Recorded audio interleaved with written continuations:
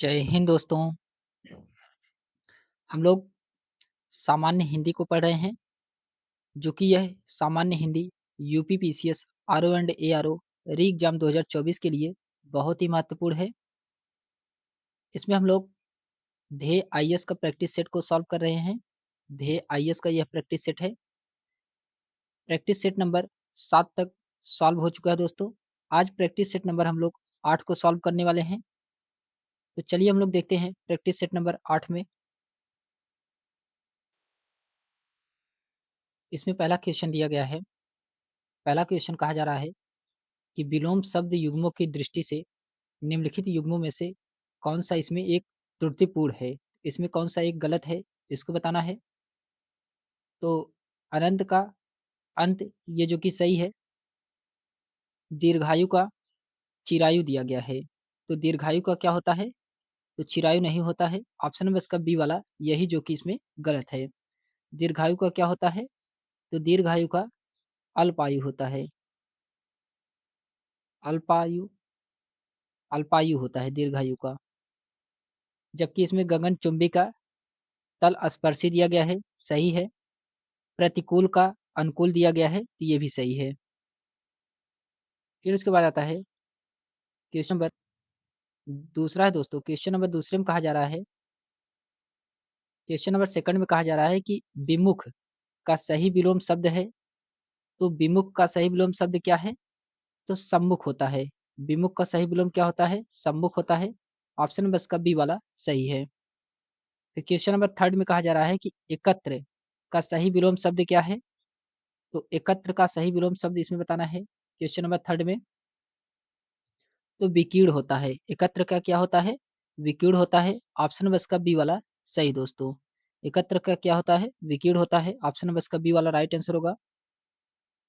फिर उसके बाद आता है क्वेश्चन नंबर है, क्वेश्चन नंबर 4 में कहा जा रहा है कि निम्नलिखित विलोमों युग्मों में से कौन सा इसमें सुमेलित नहीं है? तो कौन सा विलोम शब्द इसमें सुमेलित नहीं है? शब्द दिया गया है और विलोम दिया गया है। तो क्वेश्चन नंबर 4 में बताना है कौन सा इसमें सही सुमेलित नहीं है। स्वकीय स्वकीय का होता है, परकीय होता है, जो कि ये सही है। स्वकीय का क्या होता है? परकीय होता है, ये सही है। सौ सौंदर्य सौंदर्य का होता है चांद्र, ये भी सही है। सौंदर्य का चांद्र होता है, सही है। शालीन का दृष्ट होता है, तो ये भी सही है। शालीन का क्या होता है? तो दृष्ट होता है। इसमें दिया गया है लिप्त का क्या दिया गया है? संलिप्त दिया गया है। तो लिप्त का क्या होता है? तो लिप्त का संलिप्त नहीं होता है। लिप्त का होता है निर्लिप्त। लिप्त का विलोम क्या होता है? तो निर्लिप्त होता है। निर्लिप्त होता है। लिप्त का विलोम शब्द क्या होता है? निर्लिप्त होता है। ऑप्शन नंबर इसका डी वाला ये जो कि गलत था। ऑप्शन नंबर इसका डी वाला राइट आंसर होगा। फिर आ जाता है क्वेश्चन नंबर 5 है। क्वेश्चन नंबर 5 में कहा जा रहा है कि भंजक का सही विलोम शब्द है। तो भंजक का सही विलोम शब्द क्या है? भंजक का सही विलोम मंजक होता है। क्या होता है? मंजक होता है भंजक का विलोम शब्द। ऑप्शन नंबर इसका सी वाला सही है। क्वेश्चन नंबर 6 है दोस्तों। इसमें कहा जा रहा है कि निम्नलिखित में से कौन सा विलोम युग्म त्रुटिपूर्ण है? तो इसमें बताना है कौन सा विलोम युग्म त्रुटिपूर्ण है। तो सृजन दिया गया है, सृजन का विनाश होता है, ये सही। तो सृजन का विनाश होता है। यथार्थ दिया गया है, यथार्थ का कल्पित होता है, तो ये भी सही है। प्रतिपत्ति दिया गया है, प्रतिपत्ति का इसमें विपत्ति दिया गया है, ये जो कि गलत है दोस्तों। प्रतिपत्ति का क्या होता है? तो प्रतिपत्ति का विलोम होता है निष्पत्ति। क्या होता है? प्रतिपत्ति का विलोम होता है निष्पत्ति होता है। निष्पत्ति होता है प्रतिपत्ति का विलोम। ऑप्शन नंबर इसका सी वाला यही जो कि त्रुटिपूर्ण है। हास का रुदन दिया गया है, ये भी इसमें सही है। फिर उसके बाद आता है क्वेश्चन नंबर 7 है दोस्तों। क्वेश्चन नंबर 7 में कहा जा रहा है कि पश्चात्य पश्चात्य का सही विलोम क्या है? तो पश्चात्य का सही विलोम होता है परिवात्य। परिवात्य होता है और पौरसत्य होता है। ये दोनों क्या होते हैं? पश्चाताप के विलोम होते हैं। पश्चाताप के पौर्वात्य और पौश्चात्य ये जो कि विलोम शब्द हैं दोस्तों।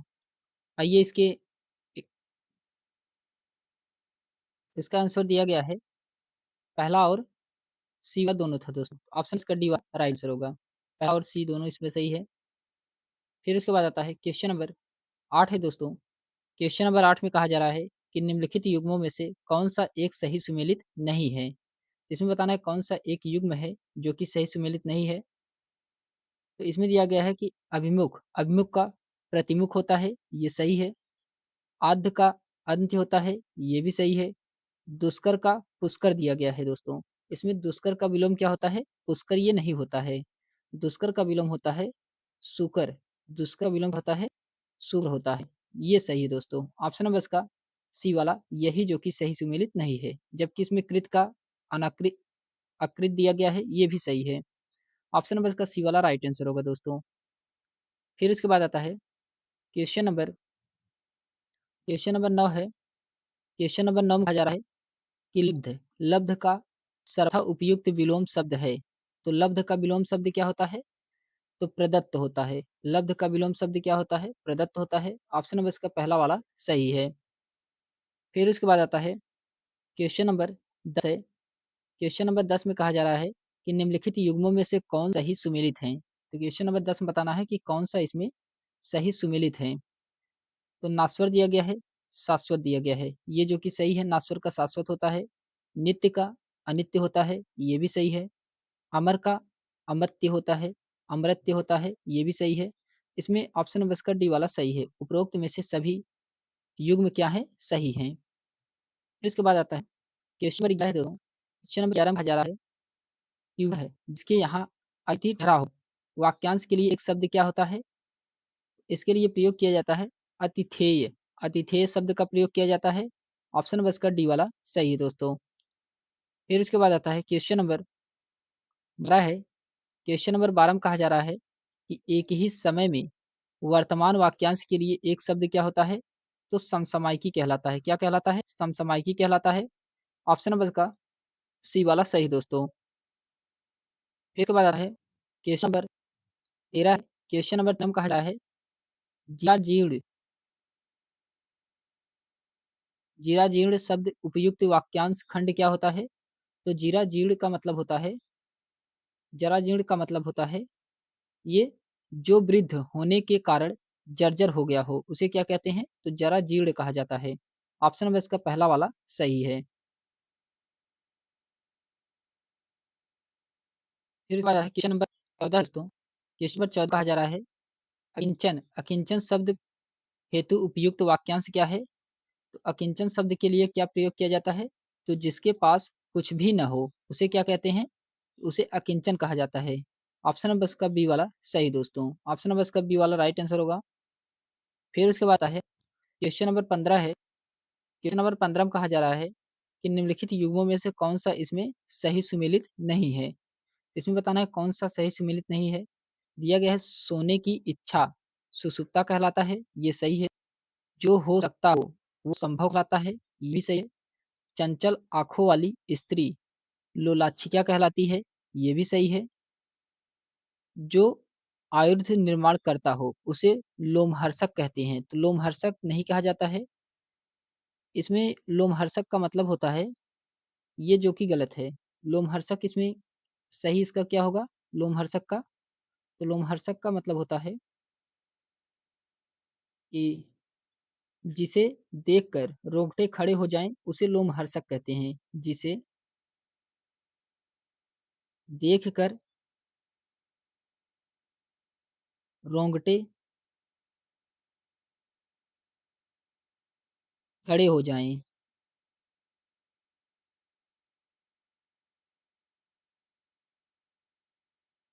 उसे क्या कहते हैं? उसे लोमहर्षक कहा जाता है। ऑप्शन नंबर इसका डी वाला यही जो कि सही सुमेलित नहीं है दोस्तों। फिर उसके बाद आता है क्वेश्चन नंबर 16 है। क्वेश्चन नंबर 16 में कहा जा रहा है टूटे फूटे पदार्थ के बचे हुए टुकड़े वाक्यांश के लिए उपयुक्त शब्द क्या है? तो टूटे फूटे पदार्थ के बचे हुए टुकड़े के लिए क्या प्रयोग किया जाता है? उसके लिए प्रयोग किया जाता है खंडहर का। खंडहर का प्रयोग किया जाता है। ऑप्शन नंबर इसका पहला वाला सही है।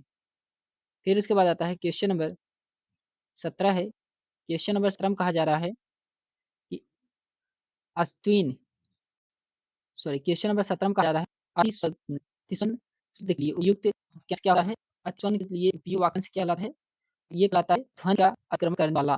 ध्वनि का अतिक्रमण करने वाला ऑप्शन इसका बी वाला सही है। फिर उसके बाद आता है क्वेश्चन नंबर 18 है दोस्तों। क्वेश्चन नंबर 18 में कहा जा रहा है कि द्विपद शब्द के लिए उपयुक्त वाक्यांश क्या होता है? तो द्विपद शब्द के लिए उपयुक्त वाक्यांश क्या होता है? तो उसके लिए प्रयोग किया जाता है जिसके 2 पैर हों, उसे क्या कहते हैं? उसे द्विपद कहते हैं। ऑप्शन नंबर इसका डी वाला सही है। फिर उसके बाद आता है क्वेश्चन नंबर 19। क्वेश्चन नंबर 19 में कहा रहा है कि किसी कार्य के लिए दी जाने वाली आर्थिक सहायता हेतु उपयुक्त शब्द क्या होता है? तो ये अनुदान कहा जाता है। अनुदान कहा जाता है। ऑप्शन नंबर इसका डी वाला सही है। फिर उसके बाद आता है क्वेश्चन नंबर इसमें कहा जा रहा है कि बड़वागिन शब्द के लिए उपयुक्त वाक्यांश क्या होता है? तो बड़वागिन के लिए क्या प्रयोग किया जाता है? तो समुद्र में लगने वाली आग को क्या कहते हैं? तो बड़वागिन कहा जाता है। ऑप्शन नंबर इसका डी वाला सही दोस्तों। फिर उसके बाद आता है क्वेश्चन नंबर 21। क्वेश्चन नंबर 21 में कहा जा रहा है चतुर्दश निम्नलिखित में से किसका तत्सम है? तो चतुर्दश ये किसका तत्सम होता है? ये 14 का तत्सम है चतुर्दश। ऑप्शन नंबर पहला वाला सही है। फिर क्वेश्चन नंबर 22 में कहा जा रहा है तत्सम शब्द को पहचानिए। इसमें तत्सम शब्द को पहचानना है। क्वेश्चन नंबर 22 में द्राक्षा ये क्या है? ये तत्सम शब्द है दोस्तों। तो द्राक्षा ये तत्सम शब्द है। इसका तद्भव शब्द क्या होता है द्राक्षा का? तो दाख। दाख इसका तद्भव शब्द होता है। फिर दिया गया है सरसों। सरसों क्या है? ये तद्भव शब्द है। इसका तत्सम शब्द क्या होगा? तो सड़सर। सड़ ये जो कि इसका तत्सम होगा। रैन दिया गया है। रैन ये तद्भव शब्द है। इसका तत्सम क्या होता है? तो रजनी।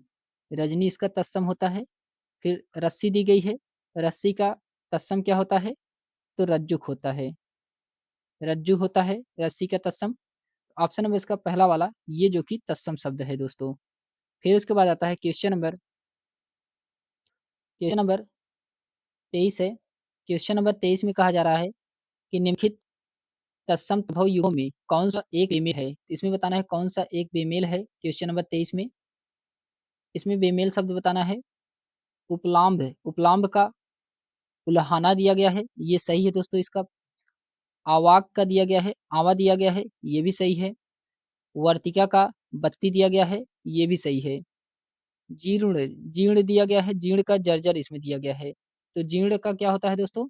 जीर्ण का होता है झीना।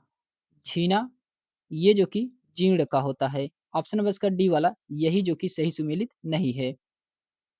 फिर उसके बाद आता है क्वेश्चन नंबर क्वेश्चन नंबर 24 दोस्तों। क्वेश्चन नंबर 24 में कहा जा रहा है कि निम्नलिखित में कौन सा तत्सम शब्द नहीं है? तो इसमें बताना है कौन सा तत्सम शब्द नहीं है क्वेश्चन नंबर 24 में। तो चबूतरा। चबूतरा ये जो कि तत्सम शब्द नहीं है। चबूतरा क्या है? तो चबूतरा ये तद्भव शब्द है। चबूतरा तद्भव शब्द है। तो चबूतरा का तत्सम शब्द क्या होता है? तो चबूतरा का तत्सम शब्द होता है चत्वाल। चत्वाल इसका तत्सम शब्द होता है। कर्पूर दिया गया है। कर्पूर का तद्भव क्या होगा? ये तत्सम शब्द है कर्पूर। कर्पूर का तद्भव होगा कपूर। कपूर होता है। फिर कदली दिया गया है। कदली का तद्भव क्या होगा? तो कदली का तद्भव होता है केला। कदली का तद्भव क्या होता है? केला होता है। और खजूर दिया गया है। खजूर का क्या होता है? खजूर का तत्सम क्या होता है? तो खरजूर होता है। खजूर का तत्सम खरजूर होता है। ऑप्शन नंबर इसका डी वाला यही राइट है दोस्तों। फिर उसके बाद आता है क्वेश्चन नंबर 25 है। क्वेश्चन नंबर 25 में कहा जा रहा है कि निम्नलिखित में से कथनों पर विचार कीजिए। पसीना तद्भव शब्द है जो कि सही है। पसीना क्या है? तद्भव शब्द है सही है। कैवर्त एक तत्सम शब्द है तो ये भी सही है। कैवर्त एक तत्सम शब्द है। सोंठ तद्भव शब्द है तो ये भी सही है। उपरोक्त में से सभी इसमें सही है। ऑप्शन नंबर इसका डी वाला राइट होगा दोस्तों। फिर इसके साथ है क्वेश्चन नंबर 26 निम्नलिखित में से कौन एक तत्सम शब्द है? तो इसमें बताना है कौन सा एक तत्सम शब्द है क्वेश्चन नंबर 26 में। तो तत्सम शब्द इसमें है दोस्तों कौन सा? तो प्रत्याभिज्ञान ये की तत्सम शब्द है। प्रत्याभिज्ञान ये तत्सम शब्द है। इसका तद्भव शब्द क्या होता है? इसका तद्भव शब्द होता है दोस्तों पहचान। पहचान, पहचान का क्या होता है? तद्भव होता है। इसमें दिया गया है पीसन। पीसन क्या है? पीसन ये तत्सम शब्द है। पीसन का तत्सम शब्द है, इसका तद्भव शब्द क्या होता है? पीसण होता है। पीसण होता है इसका तद्भव। फिर दिया गया है तोंद। तोंद का तद्भव क्या होता है? तो तुंद होता है। तोंद का तद्भव तुंद होता है। और पुआ दिया गया है। पुआ का तद्भव क्या होता है?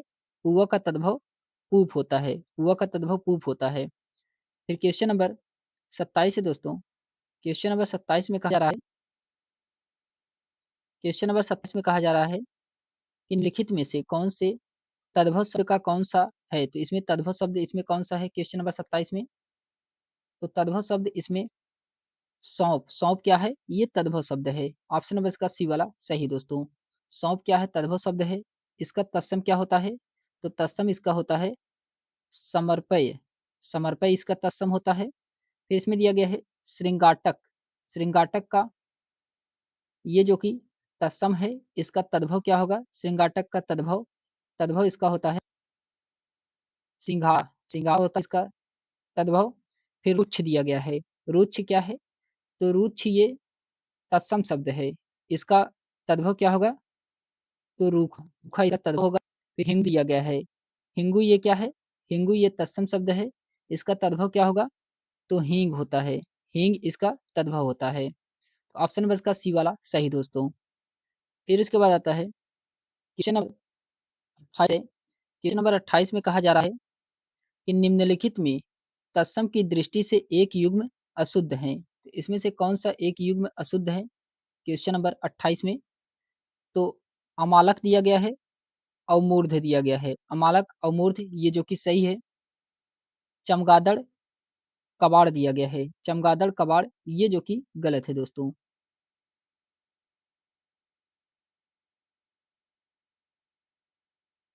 ऑप्शन नंबर इसका बी वाला यही जो कि गलत है। जबकि करकट का गोधूम होता है, ये सही है। नारिकेला का प्रतिवेश होता है, ये भी सही है। इसमें ऑप्शन नंबर इसका बी वाला यही जो कि इसमें गलत है दोस्तों। ऑप्शन नंबर इसका बी वाला राइट आंसर होगा। फिर उसके बाद आता है क्वेश्चन नंबर 29 है। क्वेश्चन नंबर 29 में कहा जा रहा है, क्वेश्चन नंबर 29 कहा जा रहा है कि इनमें से तत्सम शब्द का चयन कीजिए। इनमें से तत्सम शब्द का चयन करना है। तो दिन, दिन ये क्या है? ये तत्सम शब्द है। दिन तत्सम शब्द है। इसका दिन ये तत्सम शब्द है। फिर इसमें पत्थर दिया गया है। पत्थर क्या है? पत्थर तद्भव है। तो इसका तत्सम क्या होता है? प्रस्तर होता है। पत्थर का तत्सम क्या होता है? तो प्रस्तर होता है। प्रस्तर होता है। पनही, पनही का तत्सम क्या होता है? पनही का तत्सम उपाहन, उपान, उपान होता है। उपान होता है। फिर कमरा दिया गया है। कमरा का तत्सम क्या होता है? तो कमरा का तत्सम होता है कोष्ठ। कोष्ठ ये कमरा का तत्सम होता है। फिर उसके बाद क्वेश्चन नंबर 30 है कि तद्भव तत्सम की दृष्टि से, क्वेश्चन नंबर 30 है दोस्तों। क्वेश्चन नंबर 30 में कहा जा रहा है कि तद्भव तत्सम की दृष्टि से एक अशुद्ध युग्म है। इसमें से एक अशुद्ध युग्म है। कौन सा अशुद्ध युग्म है? नयन, नयन दिया गया है, ये जो कि सही है। महगा, महार्घ दिया गया है, ये सही है। शकुन, शगुन दिया गया है। शकुन, शगुन ये दोनों क्या हैं? ये तद्भव तत्सम की दृष्टि से अशुद्ध है दोस्तों। यहाँ पे क्या होना चाहिए? तो ये उल्टा दिया गया है। तद्भव यहाँ पे सगुन है और शकुन क्या है? ये तत्सम शब्द है। ये उल्टा दिया गया है। यहाँ पे ये होना चाहिए, यहाँ पे ये होना चाहिए। ऑप्शन नंबर सी वाला यही जो कि इसका अशुद्ध है दोस्तों। जबकि विच्छोह का विक्षोभ होता है, ये भी सही है इसमें। फिर उसके बाद आता है क्वेश्चन 31।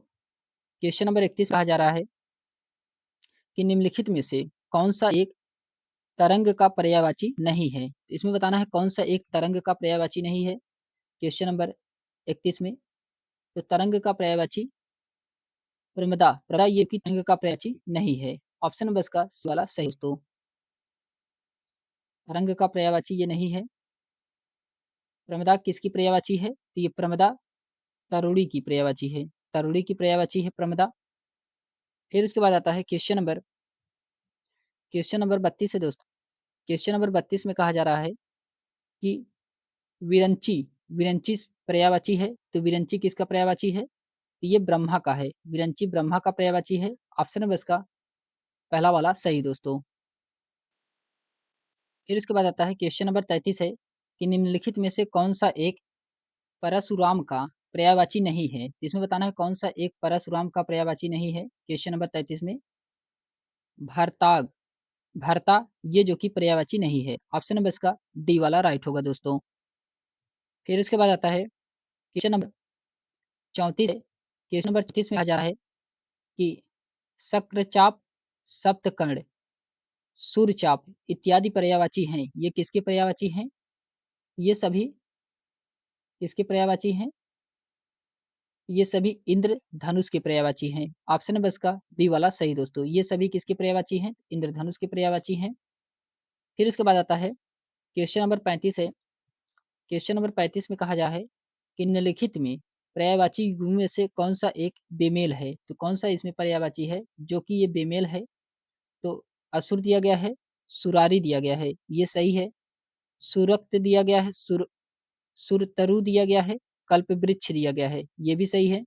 चांदनी दिया गया है, कौमुदी दिया गया है, ये भी सही है। गंगा सुरभि दिया गया है, तो गंगा सुरभि दिया गया है, ये जो कि गलत है दोस्तों। ये सुरभि किसका पर्यायवाची है? तो ये सुरभि गाय का पर्यायवाची है, गाय का पर्यायवाची है, गंगा का नहीं है। ऑप्शन नंबर इसका डी वाला यही जो कि इसमें बेमेल है। फिर उसके बाद आता है क्वेश्चन नंबर 36 है दोस्तों।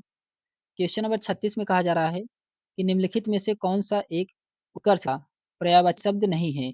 उत्कर्ष का इसमें कौन सा पर्यायवाची शब्द नहीं है? तो फाका ये जो कि उत्कर्ष का पर्यायवाची शब्द नहीं है। फाका ये उत्कर्ष का पर्यायवाची शब्द नहीं है। ये जबकि किसका पर्यायवाची शब्द है? ये उपवास का पर्यायवाची है, उपवास का पर्यायवाची है फाका। ऑप्शन नंबर इसका डी वाला ये सही दोस्तों। और इसमें उत्कर्ष का पर्यायवाची कौन-कौन होते हैं? तो उत्कर्ष का पर्यायवाची होता है उन्नति, उन्नति ये जो कि उत्कर्ष का पर्यायवाची है। फिर उसके बाद आता है उत्थान, उत्थान भी उत्कर्ष का पर्यायवाची है, उत्थान भी उसका उत्कर्ष का पर्यायवाची है। और आरोह, आरोह, आरोह ये भी उत्कर्ष का पर्यायवाची है। फिर उठाव, उठाव ये भी उत्कर्ष का पर्यायवाची है। ये सभी किसके हैं? ये सभी उत्कर्ष के पर्यायवाची शब्द हैं दोस्तों। फिर उसके बाद आता है क्वेश्चन नंबर 37 है। क्वेश्चन नंबर 37 में कहा जा रहा है वजयंती, वजयंती किसका एक पर्यायवाची शब्द है? तो वजयंती ये किसका पर्यायवाची शब्द है? तो ये पताका का है, पताका का है। ऑप्शन नंबर इसका पहला वाला सही है। फिर क्वेश्चन नंबर 38 है कि कृष्णा का पर्यायवाची नहीं है। तो कृष्णा का पर्यायवाची इसमें से कौन सा नहीं है? तो कृष्णा का पर्यायवाची इसमें त्रिदश, त्रिदश ये जो कि कृष्णा का पर्यायवाची नहीं है। ऑप्शन नंबर इसका सी वाला सही दोस्तों। फिर उसके बाद आता है क्वेश्चन नंबर 29 है। क्वेश्चन नंबर 39 में कहा जा रहा है मेदिनी, मेदिनी किसका पर्यायवाची है? तो मेदिनी ये धरती का पर्यायवाची है। किसका है? तो धरती का पर्यायवाची है मेदिनी। ऑप्शन नंबर डी वाला राइट होगा। फिर क्वेश्चन नंबर 40 है कि दाव किसका पर्यायवाची है? तो दाव किसका पर्यायवाची है? तो ये वन का है, वन का पर्यायवाची है दाव। ऑप्शन नंबर इसका बी वाला सही है दोस्तों। फिर उसके बाद आता है क्वेश्चन नंबर 41 है। इसमें कहा जा रहा है कि ऐसण, ऐसण का विशेषण होगा। ऐसण का विशेषण क्या होता है? तो इष्ट होता है। ऐसण का विशेषण क्या होता है? इष्ट होता है। ऑप्शन नंबर इसका बी वाला सही है। फिर उसके बाद आता है क्वेश्चन नंबर 42 है। क्वेश्चन नंबर 42 में कहा जा रहा है कि निम्नलिखित युग्मों में से कौन सा सही सुमेलित नहीं है? तो इसमें बताना है कौन सा सही सुमेलित नहीं है। क्वेश्चन नंबर 42 में इसमें सही सुमेलित कौन सा नहीं है? तो इसमें सुडौल शरीर दिया गया है, ये जो कि गुणवाचक है, ये सही है। अमेरिकी नागरिक संकेतवाचक विशेषण है, ये जो कि इसमें गलत है दोस्तों। अमेरिकी नागरिक क्या होता है? तो ये गुणवाचक विशेषण होता है। क्या होता है? ये गुणवाचक विशेषण है। ये गुणवाचक विशेषण होता है, ना कि ये संकेतवाचक विशेषण होता है। ऑप्शन नंबर इसका बी वाला यही जो कि सही सुमेलित नहीं है। जबकि इसमें बहुत सारा अनाज दिया गया है, अनिश्चय परिणाम वाचक विशेषण है, ये सही है। चारों दिशाएं दी गई हैं, निश्चित संख्यावाचक विशेषण है, तो ये भी सही है। ऑप्शन नंबर इसका बी वाला यही राइट आंसर होगा दोस्तों। फिर उसके बाद आता है क्वेश्चन नंबर 43 है। क्वेश्चन नंबर 43 में कहा जा रहा है कि जैसा देश वैसा भेष में जैसा तथा वैसा किस प्रकार के विशेषण है? तो इसमें किस प्रकार का विशेषण है? तो ये सार्वनामिक विशेषण है। कैसा है? सार्वनामिक विशेषण है। ऑप्शन नंबर इसका पहला वाला सही है दोस्तों। फिर उसके बाद आता है क्वेश्चन नंबर 44। क्वेश्चन नंबर 44 में कहा रहा है कि एक विशेष्य पद है। इसमें कौन सा एक विशेष्य पद है? क्वेश्चन नंबर 44 में तो विधि, विधि क्या है? ये विशेष्य पद है। विधि ऑप्शन नंबर इसका सी वाला सही दोस्तों। विधि क्या है? ये विशेष्य पद है। फिर इसमें दिया गया है दब्बू, दब्बू क्या है? दब्बू ये विशेषण है। दब्बू ये विशेषण है। इसका विशेष्य क्या होता है? इसका विशेष्य होता है दबना, दबना इसका विशेष्य होता है। फिर इसमें मैथिल दिया गया है। मैथिल क्या है? मैथिल विशेषण है। इसका विशेष्य क्या होता है मैथिल का? तो मिथिला होता है, मिथिला होता है। फिर उसके बाद हिंदी दिया गया है। हिंदी ये क्या है? तो हिंदी ये विशेषण है और इसमें ये हिंद, हिंद क्या है? तो हिंद ये विशेष्य है। तो ऑप्शन नंबर इसका बी वाला, ऑप्शन नंबर इसका सी वाला सही है। क्वेश्चन नंबर 45 है कि निम्नलिखित में से एक विशेषण शब्द है। इसमें से बताना है कौन सा एक विशेषण शब्द है क्वेश्चन नंबर 45 में। तो तुल्य, तुल्य क्या है? विशेषण है। तुल्य ये विशेषण है। तो इसका विशेष्य क्या होगा तुल्य का? तो तुल्य का विशेष होता है तुला, तुला इसका विशेष्य शब्द होता है। ऑप्शन नंबर इसका सी वाला यही राइट होगा दोस्तों। और दर्शन दिया गया है। दर्शन क्या है? तो विशेष्य है। इसका विशेषण क्या होगा? दर्शनीय, दर्शनीय होता है इसका विशेष विशेषण। फिर इसमें तुला दिया गया है। तुला का भी ये तो सही है। त्रिश दिया गया है। त्रिश, त्रिश ये क्या है? विशेष्य शब्द है। इसका विशेषण क्या होगा? तो त्रिश, त्रिशित होता है, त्रिशित होता है। फिर उसके बाद आता है क्वेश्चन नंबर 46 है। क्वेश्चन नंबर 46 में कहा जा रहा है कि निम्नलिखित में से कौन सा एक केवल विशेषण युग्म है? इसमें बताना है क्वेश्चन नंबर 46 में कौन सा एक विशेषण युग्म है? तो नैस्य शाक्य ये जो कि विशेषण युग्म है। ऑप्शन नंबर इसका डी वाला सही दोस्तों। फिर उसके बाद आता है क्वेश्चन नंबर 47 है। क्वेश्चन नंबर 47 कहा जा रहा है कि एक विशेष्य पद है। तो एक विशेष्य पद कौन सा इसमें? एक विशेष्य पद है दारिद्रीय, दारिद्रीय क्या है? ये विशेष्य पद है दारिद्रीय। ऑप्शन नंबर इसका डी वाला सही दोस्तों। इसका विशेषण क्या होगा? इसका विशेषण होता है दरिद्र, दरिद्र इसका विशेषण होता है। इसमें परखी दिया गया है। परखी विशेषण है। इसका विशेष्य क्या होता है? परख होता है। इसका विशेष्य क्या होगा? परख होता है। फिर उसके बाद आता है इसमें पे दिया गया है। पे क्या है? पे विशेषण है। इसका विशेष्य क्या होगा? तो पान, पान या पानी ये जो कि इसका विशेष्य होता है। फिर विचित्र दिया गया है। विचित्र ये जो कि विशेष्य है, विचित्र विशेष्य है। इसका विशेष्य क्या होगा? विचित्र, सॉरी इसका विशेष्य क्या होगा? वैचित्र। इसका विशेष्य क्या होगा? तो वैचित्र, वैचित्र इसका विशेष्य होगा। ऑप्शन नंबर इसका डी वाला यही सही है दोस्तों। फिर उसके बाद आता है क्वेश्चन नंबर 48 है कि अलंकार का विशेषण पद है। तो अलंकार का विशेषण पद क्या है? अलंकार का विशेषण पद इसमें बताना है। अलंकार का विशेषण पद होता है अलंकृत, अलंकृत होता है। ऑप्शन नंबर बी वाला सही दोस्तों, अलंकृत होता है। फिर उसके बाद आता है क्वेश्चन नंबर 49 है। क्वेश्चन नंबर 49 में कहा जा रहा है कि निम्नलिखित में से कौन एक विशेष से विशेषण की दृष्टि से गलत है? तो विशेष से विशेषण की दृष्टि इसमें कौन सा एक गलत है? फिर उसके बाद इसमें दिया गया है दोस्तों कि निम्नलिखित युग्मों में से कौन सा एक विशेष से विशेषण की दृष्टि से गलत है? इसमें विशेष से विशेषण की दृष्टि से कौन सा गलत है? तलब दिया गया है, तालिब दिया गया है। तलब तालिब ये जो कि गलत है दोस्तों। तलब ये एक विशेष पद है, तो विशेष से है लेकिन इसका तालिब नहीं होगा। क्या होगा इसका? इसका तलबगार होगा। तलबगार होता है, तलबगार होता है। ऑप्शन नंबर इसका पहला वाला ही जो कि गलत है दोस्तों। फिर उसके बाद आता है क्वेश्चन नंबर 50 है दोस्तों। क्वेश्चन नंबर 50 में कहा जा रहा है क्वेश्चन नंबर 50 में कहा जा रहा है कि एक विशेषण शब्द है, तो इसमें से कौन-सा एक विशेषण शब्द है? तो शहीद, शहीद ये क्या है? विशेषण शब्द है। ऑप्शन नंबर इसका डी वाला सही दोस्तों। फिर उसके बाद आता है क्वेश्चन नंबर 51 है। क्वेश्चन नंबर 51 में कहा जा रहा है कि शुद्ध वाक्य का चयन करना है। क्वेश्चन नंबर 51 में शुद्ध वाक्य का चयन करना है। इसमें कौन-सा वाक्य शुद्ध है? तो मोरनी को रिझाने के लिए मोर नृत्य करता है। ये जो कि सही है दोस्तों। मोरनी को रिझाने के लिए मोर नृत्य करता है, ये सही है। इसमें दिया गया है कि रविवार के दिन छुट्टी रहती है, तो रविवार के दिन छुट्टी रहती है, ये गलत है। क्या होता है इसका शुद्ध रूप क्या होगा? तो ये रविवार को छुट्टी रहती है, रविवार को छुट्टी रहती है, ये इसका ये सही होगा। फिर है वहाँ कक्षा का सर्वश्रेष्ठ विद्यार्थी है, ये क्या होगा? वह कक्षा का सर्वश्रेष्ठ विद्यार्थी है, ये वहाँ नहीं होगा, वह कक्षा का सर्वश्रेष्ठ विद्यार्थी है। यह लोग कहाँ रहते हैं? इसमें क्या होगा? ये लोग कहाँ रहते हैं? ये लोग कहाँ रहते हैं? इसका ये शुद्ध रूप होगा। फिर उसके बाद आता है क्वेश्चन नंबर 52 दोस्तों। क्वेश्चन नंबर 52 में कहा जा रहा है कि निम्नलिखित में से कौन-सा एक शुद्ध है? इसमें कौन-सा एक शुद्ध है क्वेश्चन नंबर 52 में? तो दिया गया है वह घोड़े पर सवार था, ये सही है। केवल ₹4 दिए, तो ये भी सही है। उसने अन्य ग्रंथ लिखे हैं, तो ये सही है। उपरोक्त में सभी में सही है दोस्तों। फिर उसके बाद आता है क्वेश्चन नंबर 53 क्वेश्चन नंबर 53 में कहा जा रहा है निम्नलिखित में से एक वाक्य शुद्ध है। तो कौन-सा इसमें एक वाक्य शुद्ध है क्वेश्चन नंबर 53 में? तो इसका शुद्ध वाक्य क्या है? देश भर में यह बात फैल गई, ये जो कि शुद्ध है। ऑप्शन नंबर इसका सी वाला सही दोस्तों।